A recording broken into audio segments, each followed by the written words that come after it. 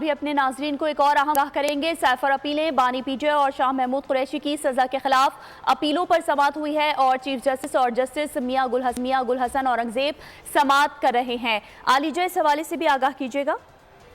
دیکھیں، cipher case کی جو سماعت ہے وہ اپنے اختتامی مراحل میں داخل ہو چکی ہے۔ آج سائفر کیس میں ایف آئی اے کے جو پروسیکیوٹر ہے اس کی جانب سے عدالت کو بتایا گیا ہے کہ وہ کوشش کریں گے کہ وہ آج اپنے دلائل مکمل کر لیں۔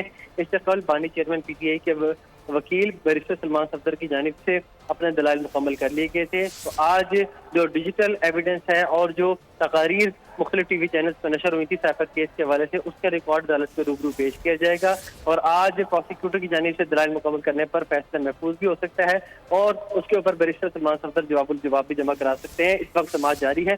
چیف جسٹس عامر فاروق اور جسٹس میاں گل حسن اورنگزیب اس کیس کی سماعت کر رہے ہیں۔ جی ٹھیک ہے، محمد عالیجہ تمام تر تفصیلات سے آگاہ کر رہے تھے، آپ کا بہت شکریہ۔